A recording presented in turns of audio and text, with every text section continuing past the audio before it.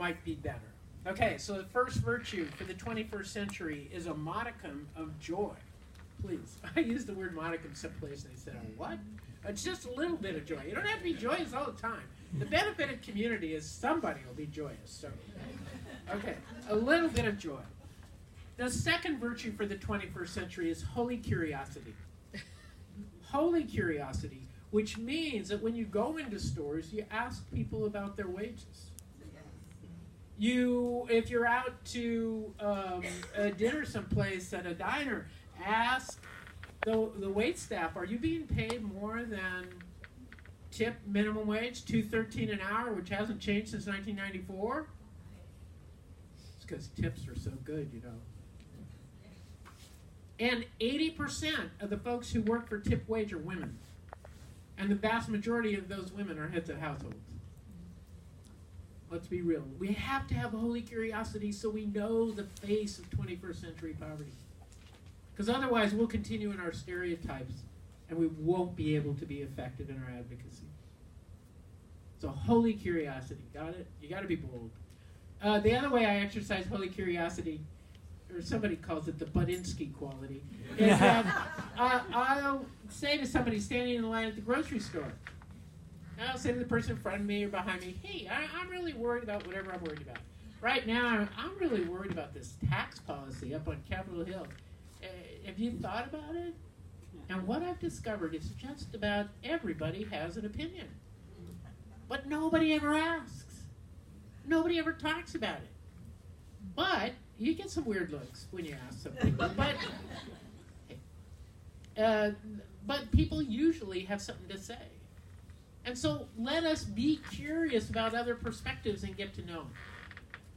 Okay, joy, holy curiosity, and then the best one, well, I don't know, they're all pretty good.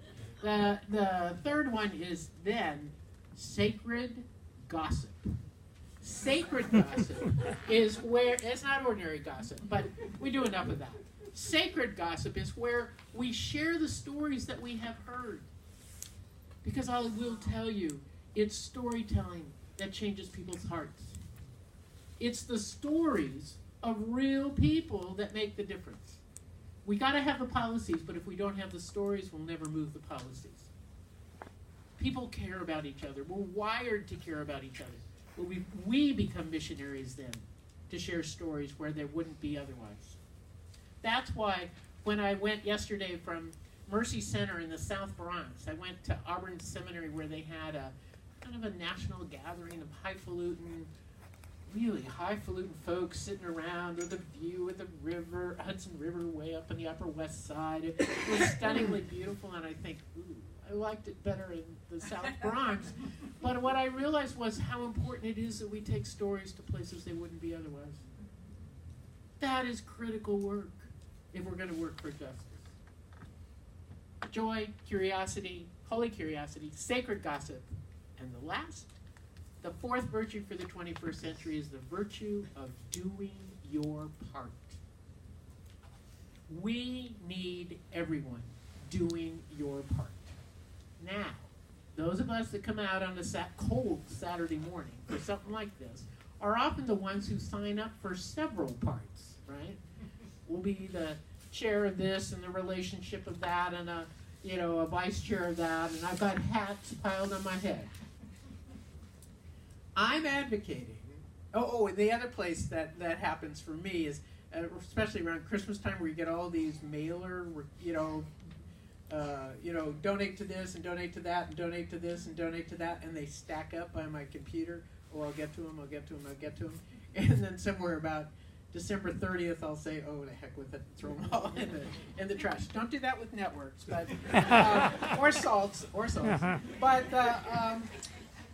But the challenge is those of us that care about this stuff often get overwhelmed and feel like I can't do it all. But here's what I have learned, walking in my white skin, is that a corrupting piece of white privilege is that white folk think we're alone and that it's all up to us individually and that we're in charge. And what we need to learn to help break open privilege is that we're in it together, that we're a part. I don't hold all the truth. I'm not in charge. We need to do it together. And so the piece that I'm really advocating is do your part. Figure out what it is. And some of you heard me say this, but so I prayed about, well, what's my part right now? Because coming out of the Christian scriptures, Paul says all about, how we're one body, and not everybody can be an eye, and not everybody can be an ear, not everybody can be a hand.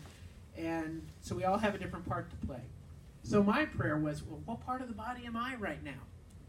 And what I came to realize is that I believe right now my part is to be stomach acid in the body of Christ.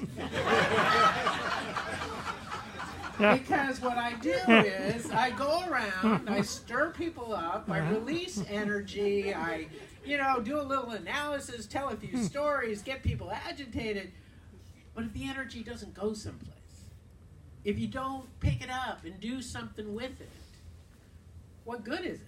I mean, a lot of stomach acid, we can be toxic in large quantities. And I know I need to be contained in a small bus, but the important part is I need you to do something with it. And by being stomach acid, I do my part. If you do yours, then it all gets done. Because in this critically important time, what is called for in the face of 21st century poverty are folks doing their part, are standing up, learning something new, bringing a bit of joy to the process, and in that way, I believe, well, we're going to at least make folks curious about what we're about, and my hunch is we will indeed make a new day for the folks who struggle. Thank you very much.